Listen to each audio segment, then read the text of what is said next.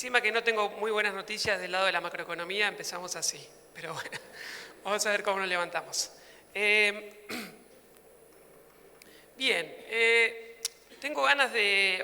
Mi idea en la presentación, primero, bueno, agradecer la invitación y me parece que por las cosas que escuché más temprano y lo que voy a escuchar después, creo que es la agenda que tenemos que tener. Cuando uno mira los problemas de desarrollo económico o desarrollo sustentable que tiene la región, si no empezamos con una agenda de sustentabilidad que sea una participación público-privada, vamos a tener un problema en el futuro.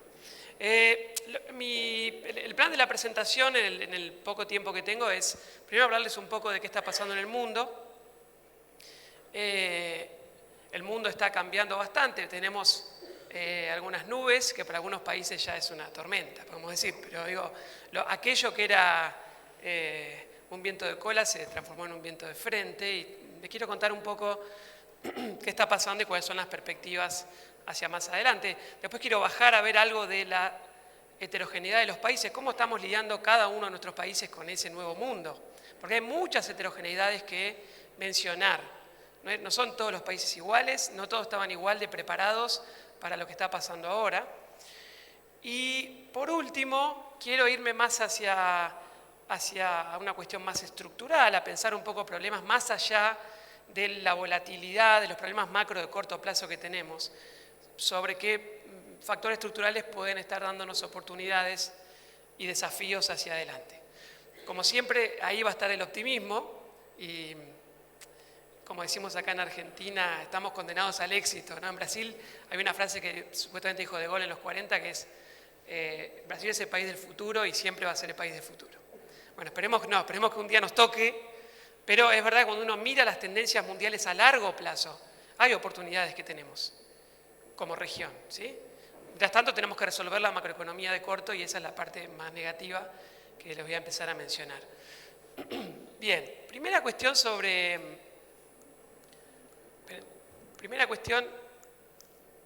bueno, ahí está. Bueno, esto es lo que les dije más o menos de lo que voy a mencionar. Voy a hablar un poquito del panorama sectorial, me meto un poco en su negocio, pero desde el punto de vista más de lo que sabemos en la academia, para encontrar puntos de conexión. Así que bueno, voy a hablar de eso en un rato. Bien. No sé para dónde tengo que apuntar, pero... Primera cuestión.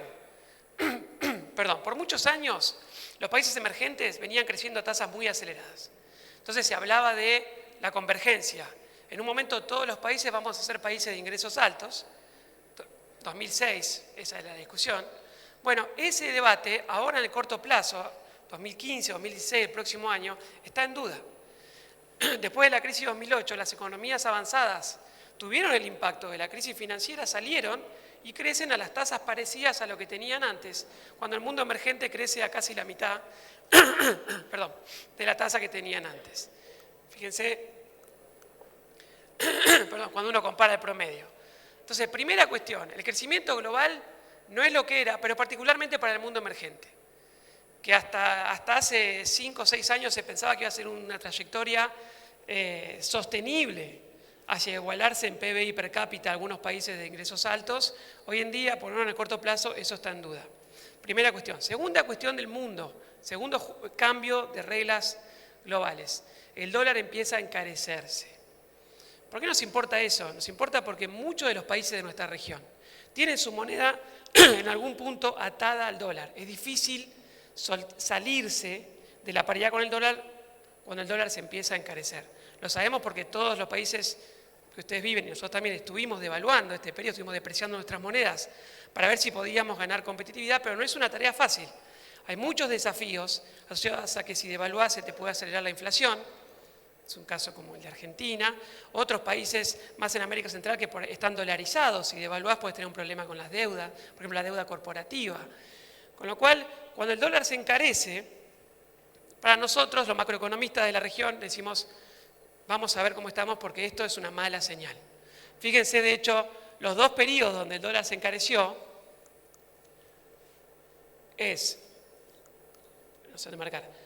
a principios de los 80 y fines de los 90, principios de los 2000. Son 2 periodos de turbulencias macroeconómicas en la región. Cada vez que Estados Unidos cambia su política monetaria y pone un dólar fuerte, es como si todos nuestros países dijeran, vamos a empezar a perder competitividad. Y eso es un problema macroeconómico. ¿Sí? Las veces que pasó en el pasado no lo pudimos manejar. Quizás esta vez sea distinto, pero el mundo cambió y tenemos que tomar nota de esta nueva realidad. Tercera cuestión, China. ¿Sí? Primero, crecimiento no tan bueno como antes, peor para emergentes. Segundo, Estados Unidos encarecido, moneda fuerte. Tercero, China rebalanceando su economía. No sabemos mucho de China, ni siquiera las estadísticas de China son comparables con las estadísticas que tenemos en el resto de los países. Con lo cual, siempre al hablar de China tenemos un problema interpretativo serio. Lo que sí sabemos es que tienen planes quinquenales donde van decidiendo hacia dónde va a ir el modelo de desarrollo, ¿no? Por mucho tiempo el modelo de desarrollo era, pasemos a un montón de gente que vive en las zonas rurales a la ciudad, levantemos la economía de ingreso bajo a ingreso medio bajo, ¿están de acuerdo? Y usemos a las exportaciones a la inversión como el principal motor de crecimiento. Bueno, eso, desde el último plan quinquenal, el anterior, ¿no? El que se acaba de decidir ahora, el Partido Popular, el gobierno de China decide cambiarlo. ¿Qué quiere decir? Que va a empezar a privilegiar el consumo. Ahí tienen la contribución al crecimiento. Fíjense el último plan quinquenal. Fueron los últimos 4 años. El consumo creció medio como antes. Lo único que pasó por ahora es que cayó la inversión. Y eso es una muy mala señal, no tanto para el sector que ustedes representan donde trabajan, pero sí, por ejemplo, para los productores de minerales, de metales, porque directamente alimentaban el crecimiento de la inversión. ¿Sí? Esos bienes se exportaban directamente a la inversión en China. Entonces, cuando uno mira a China, el rebalanceo de China, por ahora quiere decir menos crecimiento de la inversión y, por lo tanto, efectos importantes que computar para economías de la región. ¿Sí? Las cepo netas también pasaban a terreno negativo, o sea que ya el modelo de crecer guiado por las exportaciones en China ya no es lo que se está pensando. Acaban de discutir el próximo plan quinquenal y ahí es la economía de la innovación, la economía del conocimiento, el consumo. No está escrito inversión, no está escrito exportaciones. Si ellos cambian el modelo, para muchos de nuestros países tenemos que repensar a dónde nos vamos a colocar en el mundo. ¿Ah? Pasó algo de eso, pero hay que ver si sigue con esa tendencia, lo tenemos que anotar. También el rebalanceo de China tiene que ver con el lado de la oferta. China era típicamente un país que todos estos años incorporó mano de obra que venía del campo a través de la industria, de las manufacturas. China quiere moverse a los servicios, que es donde están los nichos de alta productividad, y entonces empieza a tratar de rebalancear del lado de la oferta para hacer crecer más a los servicios. Por ahora, otra vez, miramos el último plan quinquenal, por ahora lo que pasó es que la industria se vino para abajo.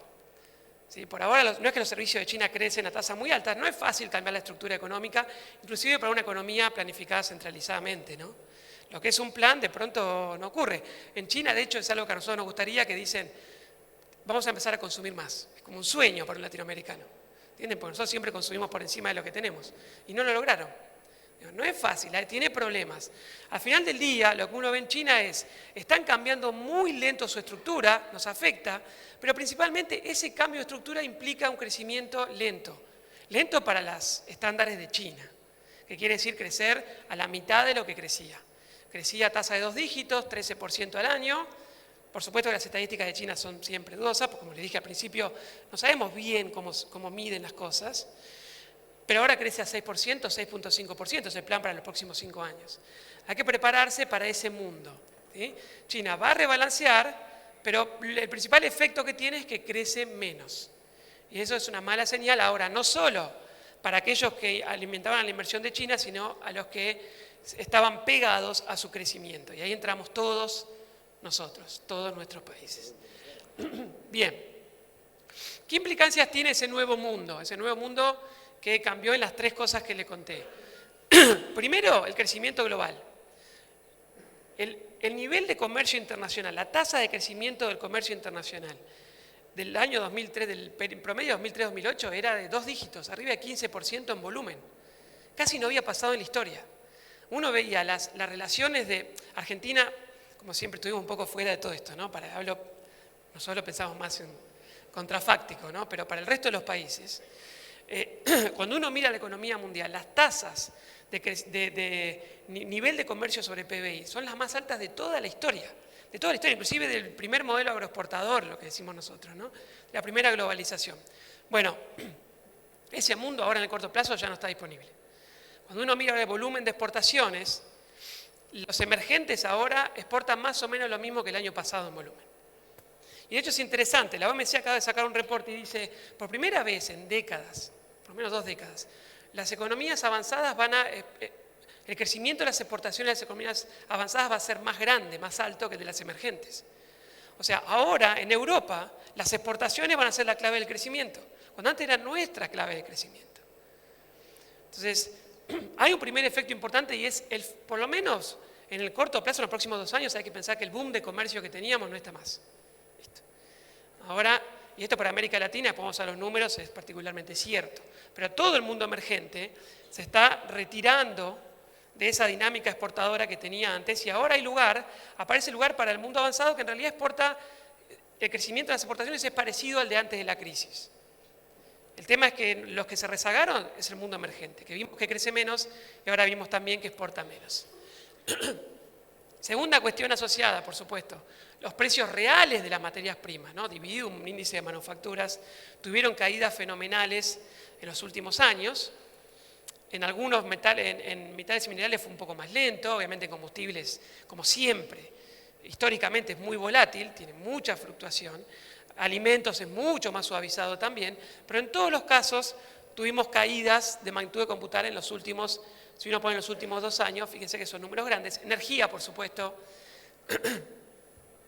tiene una caída arriba del 50%. Imagínense que para muchos países de la región, cuando uno mira el frente externo, son más de la mitad de las exportaciones. Y uno mira el frente fiscal y es casi la mitad, más del 25% del ingreso fiscal. Entonces, esto que vemos acá se va a trasladar a la macroeconomía rápidamente, como tensiones, como lo que nosotros llamamos necesidad de ajuste macroeconómico, ¿no? Que es lo que nunca tenemos que decir, pero es lo que pasa muchas veces. Entonces, este nuevo mundo ahora, muy en el corto plazo, nos tiene menos comercio y tiene un precio más bajo de lo que nosotros vendemos. ¿Sí? ¿Qué pasa con los flujos de capital? En el periodo anterior, como macroeconomista también tengo que hablar de esto, en el periodo anterior de bonanza, no solo se trató de precios de materias primas altos, sino que también se trató de tasa de interés cero en las economías ricas y mucho financiamiento buscando dónde colocarse en las economías emergentes. Nosotros llamamos esos flujos netos de capital. Cuando uno mira esos números, fíjense, ahí tienen, esto es desde el 80 hasta ahora, hubo como 3 ciclos grandes, ¿no?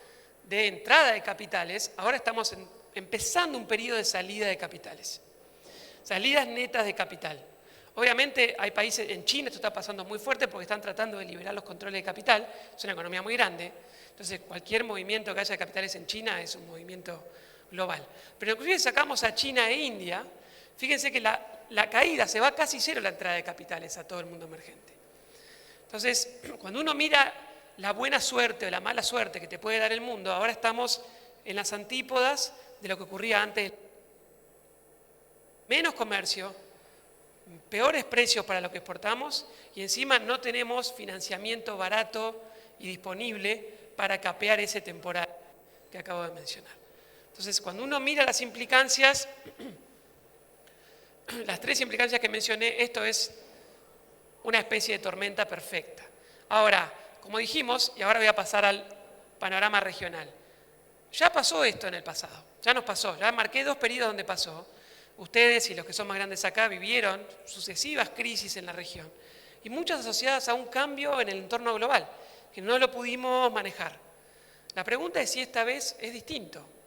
Si quizás en el último periodo de bonanza dijimos, no vamos a hacer lo mismo que antes, porque quizás los precios de las materias primas no se van a mantener tan buenos como estaban, quizás el comercio no va a crecer tan rápido como crecía, quizás los capitales no van a venir. Son preguntas que en el pasado parecía que siempre era distinto. Empezabas un periodo y decías, ahora ya no va a pasar lo malo. Bueno, ahora que nos empieza a pasar lo malo de nuevo, tenemos que preguntarnos cómo estamos. Viene la tormenta, la pregunta es, alguien se hizo una casa, otro tiene un techito de chapa y hay uno que está corriendo viendo dónde se mete, ¿no? Bien, eso es lo que vamos a mostrar ahora. Cuando uno mira la región como un todo, aparecen las primeras malas noticias. La región como un todo, esto ya habla, obviamente los países grandes van a tener mucho peso en estos números. Es un promedio ponderado, entonces lo que pasa en Brasil y México y en un poquito Argentina van a medir lo que pasa en el resto de los países, pero la primera cuestión es, fíjense, acá tienen la tasa de crecimiento en 3 periodos.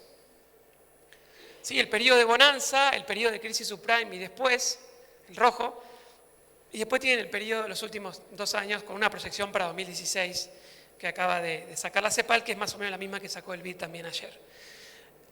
Fíjense, América Latina es el único, todos los países emergentes, todas las regiones emergentes desaceleraron su crecimiento. Pero fíjense lo que fue en América Latina. América Latina es la única región que al venirse este nuevo mundo, lo que hizo se fue a crecimiento cero. Cero. Si uno toma 2016 solo, esto se hace negativo. 0,5, 0,8, un punto de caída del PBI en América Latina como un todo. Es la única región en el mundo que va a experimentar en 2016 caída de producto. Todo el resto se ajusta porque ya no es el crecimiento que había, pero América Latina es la que, como un todo, es la que peor está lidiando con este nuevo contexto externo. ¿Tá? O sea que empezamos mal, para decir así. Por supuesto que tiene que ver con los términos de intercambio. Estos son los términos de intercambio, que es el precio de lo que vendemos dividido el precio de lo que lo compramos, ¿no? Fíjense, Asia, obviamente, típico comprador de alimentos en términos netos, los términos de intercambio le mejoran todo este tiempo y a nosotros se nos vienen en picada, ¿no? También tiene que ver con que los flujos comerciales a nosotros nos pegan mucho más y peor que a otras regiones en el mundo. Y los flujos de capital, en cambio, siguen siendo bastante buenos y no así en la zona de Asia. Entonces, fíjense, eso es interesante. En el pasado, cada vez que hubo lío, para decir así, en la región, hubo caída de términos de intercambio, menos comercio y problema en las finanzas. Esta vez, por ahora, el problema de las finanzas no lo tenemos. Pero de todas maneras, cuando miramos al crecimiento, somos los que peor nos va. ¿Sí? Los que estamos ajustando en forma más difícil, más problemática a este nuevo contexto. Ahora, lo que mencioné vale a escala regional. Hay mucha heterogeneidad hacia dentro de los países y esto está muy guiado por los países grandes, e inclusive es un promedio ponderado. Pero cuando uno va a las realidades de cada uno de los países, lo que aparece es la heterogeneidad. Para nada esta homogeneidad que vemos acá. Esa caída del PBI, ahora le voy a explicar qué es esto, que tiene muchos colores, pero esa caída del PBI, cuando uno va a los países, en realidad hay mucha heterogeneidad con países que van a crecer inclusive a tasas superiores a 5% en la región. O sea, muy altas. Y países que van a caer a tasas de 7%, muy altas para caída. ¿Tá? Entonces, ahora, ¿cómo uno puede contar eso? Uno puede agarrar a los países y discriminarlos en función a cómo son afectados por este nuevo mundo, por un lado, y segundo, cuán preparados están para este nuevo mundo. Lo primero tiene que ver cómo son afectados. El lado del comercio es tus exportaciones de recursos naturales. Si vos exportás muchos recursos naturales, ya entiendo que seguramente el shock que recibiste va a ser más grande que otros países que no. Fíjense que esto, si vemos América del Sur, uno dice, bueno, es medio la norma, pero en América Latina como un todo no es la norma. En América Central no es la norma que exporten materias primas. Entonces aparecen divergencias que computar. Segundo, ¿cuánto dependemos de Asia como destino de las exportaciones? No necesariamente está atado a nuestro rol como exportador de materias primas, pero no necesariamente. Ahí también hay países que de pronto hubo un sesgo por destino de las exportaciones en los últimos años. China se convirtió de pronto en el primer destino de exportación. Bueno, esos países van a tener más problemas que otros que están mucho más cerca de Estados Unidos. ¿Entienden? Entonces, ahí también hay que computar como shock cuánto vos te reorientaste hacia Asia en los años de bonanza. También tiene que ver ahora cuán fuerte es el shock negativo que estás experimentando. ¿Qué pasa del lado de las finanzas? Bueno, fíjense que ahí tiene colores. Están todos los países ahí que tengo datos. Los colores son, rojo es lo peor, o sea, ese shock muy fuerte, amarillo es fuerte. Verde es más o menos o nada, no te pasó nada. Pero miremos los amarillos y los rojos. Fíjense, no es el caso en todos los países de la región que dependan mucho de Asia o de los recursos naturales. Inclusive México es un país muy diversificado en sus exportaciones. ¿De acuerdo? No como era antaño, para decir así. Pero sí es el caso de varios países que nosotros conocemos bien: Venezuela, Ecuador, Bolivia.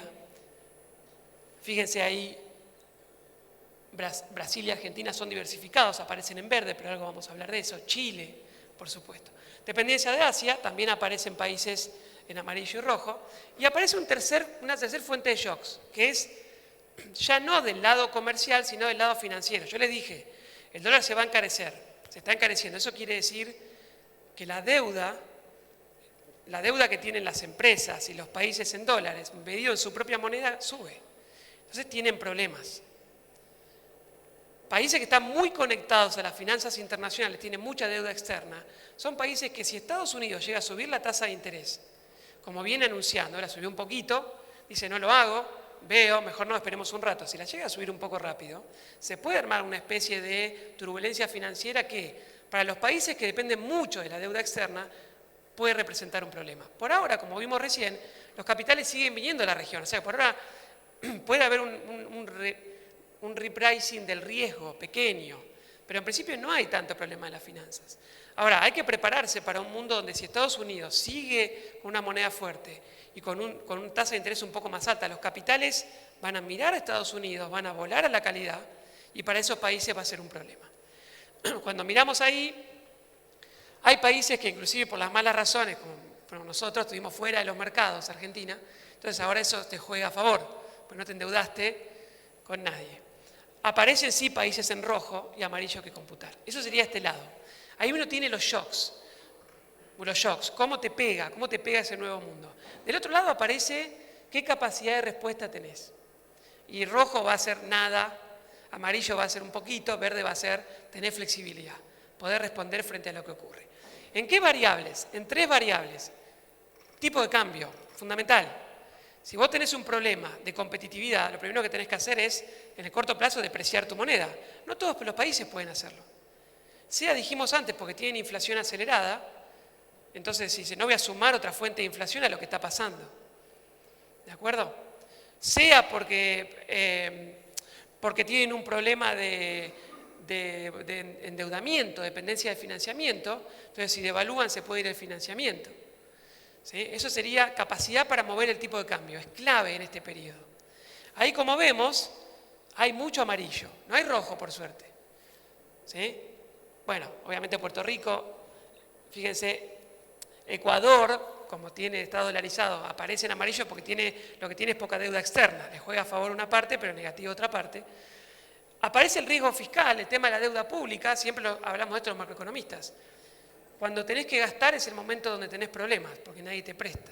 Si la deuda pública es muy alta, tenés problemas de sostenibilidad de la deuda. Entonces, si vos viniste gastando, subió la deuda, en la buena, viene la mala y decís, che, présteme, y te dice, no, es que tu deuda es muy alta, no te puedo prestar. No puedes hacer política anticíclica. Ahí también tenemos muchos amarillos y rojos. Y el último es la cuestión de los bancos. Una política que pueda ir contra el ciclo cuando la economía va para abajo es avanzar con el crédito. Ahora, si el crédito venía creciendo a tasas muy altas, eso puede tener un problema en el sistema financiero. Entonces, los bancos que ya tienen crédito muy alto, las economías que tienen bancos con créditos muy altos, ya no pueden usar política crediticia. Otra vez tengo amarillo. Perdí mucho tiempo para contar esto, nosotros lo que nos interesa es esto. Todos esos colores se dividen la región en 2 partes. Primero, América del Sur y América Central y México. 2 partes en términos de cómo lo afectan los shocks y en términos de cuán preparados están para cada shock. Son 2 realidades totalmente distintas que tenemos que computar. Ya no podemos hablar de América Latina. Como mínimo tenemos que hablar de América del Sur por un lado y de América Central y México por el otro. América del Sur, ricos en recursos naturales, dependientes de Asia, con pocos riesgos financieros en general. Algunos países un poco más, Colombia un poco más, Perú, que tiene el sistema bancario dolarizado, un poco más. Algunos países hicieron mucho trabajo estos años para desdolarizarse. Bien, dentro de esos países tenemos una combinación de cosas, pero fíjense, los shocks de comercio, o sea, si Asia crece poco y si caen los términos de intercambio, los precios de materias primas, le pega a todos los países de la región. Sea porque tiene combustible, sea porque tiene minerales, sea porque tiene agricultura. Por supuesto que los colores van a depender, los que tienen combustible están peor, ¿están de acuerdo?, que el resto, pero a todos les pega, tienen un shock negativo. Por supuesto que dependencia de Asia también, finanzas internacionales estamos mejor, hay algunos amarillos, pero hay verdes también, ¿sí? Cuando uno mira los riesgos de crisis, ahí aparecen bastante amarillo y algunos rojos, ¿sí? Ahora, esto se traduce en las tasas de crecimiento y a la vez, no tengo tiempo de contar esto, pero en lo que estuvieron haciendo durante la bonanza. Países que se prepararon y países que no se prepararon para un escenario no tan bueno. Hay países que es como si hubiesen dicho, bueno, hoy me gané la quiniela, voy a ganar la quiniela todos los años. Y no puede pasar, mirá la serie para atrás y no vas a dar la quiniela todos los años. La ganaste una, guardá para mañana que no vas a ganar nada. Y hay países que dijeron, quizás un poco exageradamente, en su momento de bonanza, dijeron, no, voy a guardar porque yo sé que siempre que viene una buena, después viene una mala. ¿Ah? Y eso se ve mucho en las diferenciales de tasa de crecimiento. Cuando uno mira las tasas de crecimiento para 2016, estas son proyecciones que hace la CEPAL, de nuevo, hoy salían las del FMI, no alcancé a verlas, pero el BID tiene casi las mismas.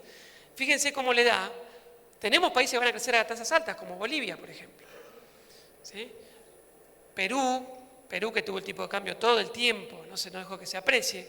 Colombia, Paraguay también porque exporta mucha ganadería. Pero fíjense arriba, Venezuela, Brasil, Argentina y Ecuador.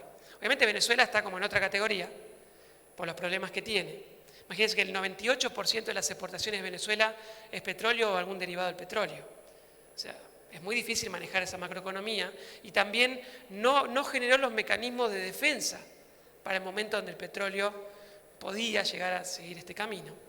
Entonces uno tiene una heterogeneidad de tasas, de todas maneras, todas más bajas de las que teníamos hace unos años, todas. El tema es que algunos fue una pequeña corrección a la baja, casi lo mínimo que podés pagar de costo de este nuevo mundo, y en otros es una caída fenomenal. Obviamente destacan países grandes ahí, Brasil. ¿Están de acuerdo? Que Brasil caiga 3% es un efecto regional, porque todos nosotros que le vendemos a Brasil tenemos un problema seguramente en nuestras exportaciones, dado que Brasil cae 3%. Sí, la macro de Brasil es bien compleja y yo por lo menos no creo que ese número cambie el año que viene, en 2017, para un número positivo. O sea, hay que pensar en un Brasil que la política juega primero también, ¿no? Pero hay que pensar que la economía va a estar mostrando estancamiento por un poco más de tiempo, que un año. ¿Tá? Ya van 2 años. Bueno, esto va a seguir un poquito más. Prepararse para ir todos los que estamos cerca de Brasil para un mundo con un Brasil que crece poquito. Bien, ¿qué pasa en el otro lado? ¿Qué pasa en América Central y México? Otro mundo. ¿Sí? Ahí baja el precio del combustible, festejan todos. ¿Están de acuerdo? Baja el precio de las materias primas, festejan. Lo que a nosotros nos cae mal, a ellos les cae bien. Bueno, salvo México. Depende mucho de Estados Unidos, remesas, pero mucho de sincronía del ciclo económico. ¿Sí? Venden mucho a Estados Unidos, tienen el destino puesto para arriba, nosotros tenemos puesto para Asia. Pero tienen riesgos financieros importantes. Son países que estuvieron endeudando mucho, los gobiernos tienen mucha deuda externa, son países bastante dolarizados. Hay países que trataron de avanzar en esto, por ejemplo Costa Rica, diciendo me voy a mover a un régimen de tipo de cambio flexible. No es tan fácil para un país tan cerca de Estados Unidos, que comercia mucho con Estados Unidos, tener volatilidad de su tipo de cambio. El comercio le pide que tenga un tipo de cambio estable con respecto a Estados Unidos y eso le juega en contra en este contexto. Ahora, fíjense que como las finanzas no están tan mal, en principio uno podría decir, bueno, no tuvieron tanto shock. De hecho, tuvieron un shock más bien positivo. Le cayó en el precio de las importaciones, la factura energética ahora pagan menos. ¿Entienden? Y eso se ve. Fíjense, los shocks, toda la parte que nosotros decíamos ocurrió algo malo, ellos están en verde ahí, ¿no? A ellos no les pasó nada. De hecho, les juega a favor. Y eso se ve en las tasas de crecimiento. Fíjense las tasas de crecimiento, todas en terreno positivo. Sí, algunas más bajas. México, país grande, también hace rato, por cuestiones demográficas y demás, que crece a tasas relativamente bajas, ¿no? Pero miren algunos países, República Dominicana, Nicaragua, van a crecer, inclusive crecen más de lo que crecían en años pasados. Las economías aceleraron levemente su tasa de crecimiento, cuando en el resto, yendo para el sur, tenés caída de tasa de crecimiento desaceleradas o incluso caída del nivel de actividad. ¿Tá? Entonces hay que hacer una primera división entre América del Sur y el resto de los países para discutir la macro, este nuevo mundo, primero. Segunda, que es una segunda división cuando te vas al sur. ¿Quiénes estuvieron guardando para este momento y quiénes no estuvieron guardando para este momento? Y ahí también hay diferencias que computar. Bien, déjeme terminar muy cortito porque ya no tengo tiempo, pero muy cortito nomás dando un poco de noticias optimistas o por lo menos metiendo temas que van a ser a la agenda más estructural, más de largo plazo y que les importa a ustedes y a nosotros también desde el punto de vista del desarrollo sostenible. Primera cuestión es, bueno, el panorama es malo, pero en términos históricos, por ejemplo, los términos de intercambio siguen siendo altos en términos históricos para la región. Los precios reales de las materias primas, si uno pone una serie de 1850 hasta ahora, sigue estando bien arriba de la media. ¿Sí? El de alimentos obviamente hay una tendencia a que caiga, en los últimos 30 años todavía está bastante arriba, pero para el resto de las materias primas todavía es un mundo que te da buenas oportunidades. Claro, es difícil acomodarse igual, si bajan un poquito, si no estabas preparado, bueno, no estabas preparado. Ahora, es interesante esto, ya no cae maná del cielo, ya no es todo precio, che, lo que vendo lo vendo caro y no tengo que hacer nada.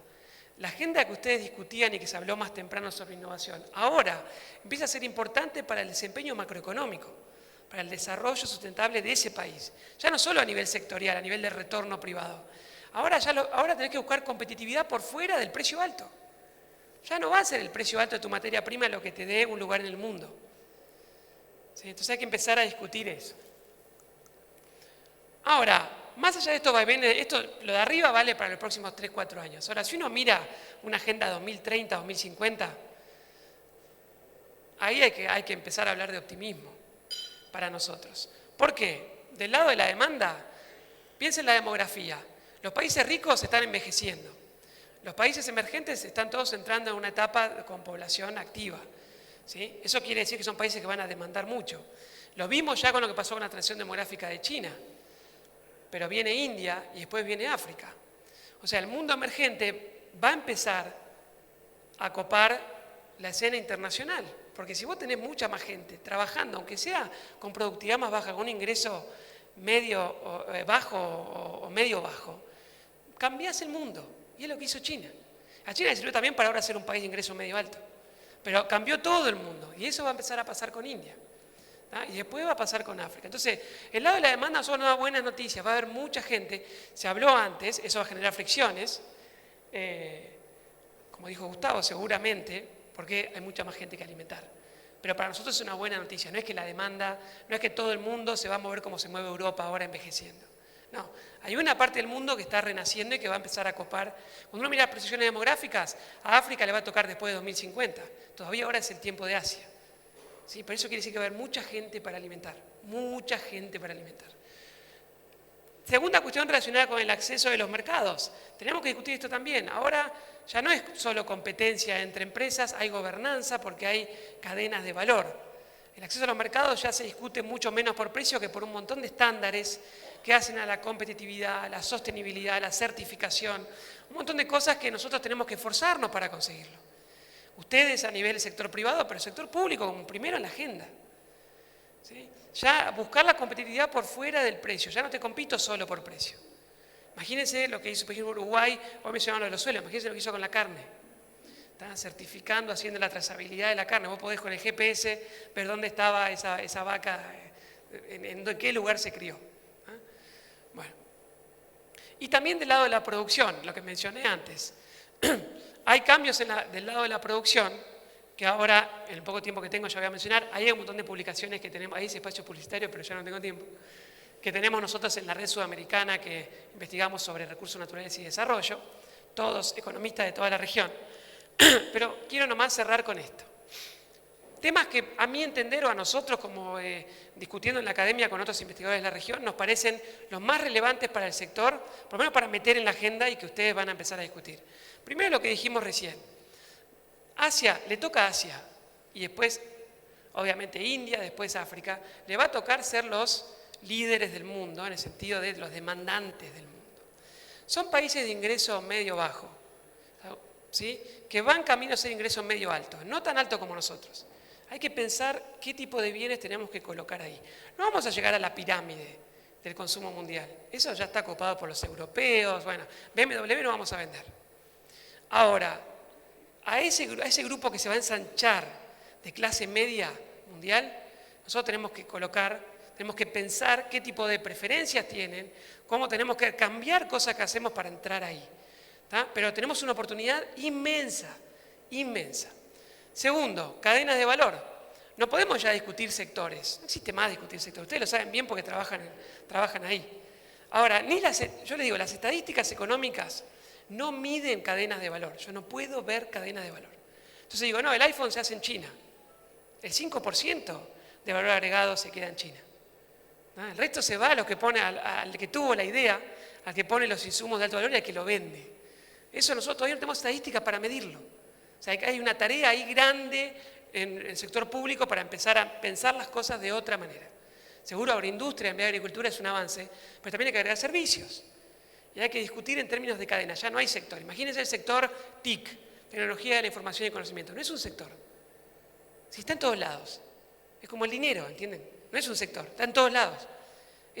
Lo llamamos tecnología de uso difundido. Está en todos lados, te cambia la forma de producir en cualquier sector. Bien, tercero que se va a discutir más tarde, toda la agenda que hay sobre economía circular, bioeconomía, desarrollo sustentable. ¿Tá? Cada vez más, esa agenda no solo va a importar a nivel del retorno social, sino también para acceder a los mercados, ya existe. Pero eso se va a empezar ahora en Europa están empezando a aprobar todos planes de economía circular, la bioeconomía, ustedes la saben y van a discutir en un rato, y el desarrollo sustentable obviamente agrega a crecer, distribuir, pero hacerlo sostenible intertemporalmente. Esa agenda, que es la agenda más de macro del desarrollo, ahora empieza a permear en los mercados, ¿sí? Como certificaciones, como regulaciones y demás. Y por último, el tema de la automatización. Hay mucha discusión acá sobre los robots, ¿no? Nos van a sacar todo el trabajo. Pero eso lo tenemos que interpretar en función de nuestras dotaciones de factores. El trabajo hace capital reproducible. Capital reproducible nos compite a nosotros que tenemos capital natural. Es lo que está bajando de precio, lo que se está deflacionando, porque cada vez es más fácil mecanizar y automatizar. Ahora, nosotros que tenemos materias primas, no nos pueden reemplazar el capital natural. Eso da una idea de que los precios de las materias primas tienen que seguir altos. Lo que se haga intensivo en trabajo no va a subir mucho de precio porque vas a tener un boom de mano de obra mundial por las tendencias demográficas. Lo que se haga con capital va a ir deflacionando porque el capital está siendo reemplazado por máquinas cada vez más baratas. Lo que se hace con materias primas no hay forma de reemplazarlo. Tiene que ser un dato para nosotros para no reorientar rápidamente y decir, ahora no vamos a hacer manufactura. Para un poquito. Fíjate para dónde va el mundo. Se están deflacionando sectores de este estilo. Y termino con esto. Eso no quiere decir que vamos a exportar solo materias primas en un estado como las sacamos, ¿está bien? Hay una parte del trabajo que no se puede reemplazar por una máquina y es el cognitivo y no rutinario. Son las ideas y la imaginación. Es la innovación. Ahí es donde se pelean todos los países por aportar su grano. ¿Sí? Su grano de arena, quiero decir. ¿Están de acuerdo? Ese mercado es el más competitivo. Nos van a demandar mucho, nos van a demandar bien, pero nosotros tenemos que escalar hacia las tareas que terminan siendo exportación de imaginación y de ideas, las cognitivas y no rutinarias. Esas todavía van a ser un mercado competitivo y ahí tenemos que fijar la agenda. Bien, termino nomás, aprender del pasado. Hirschman, que era un economista alemán muy a favor de la industrialización, en la década del 60 decía, vamos a industrializar. Industrialización es sinónimo de desarrollo. Quería decir, si tenés fierros, ganaste, y si no tenés fierros, perdiste. O sea, muy así, ¿no? En los 70 se dio cuenta que no le había salido bien y con amargura dijo, queríamos cambiar el orden social, queríamos tener crecimiento sostenido, y en vez de eso lo único que hicimos fue más industria. Bueno, que no nos pase lo mismo con los recursos naturales. ¿Ok? Termino.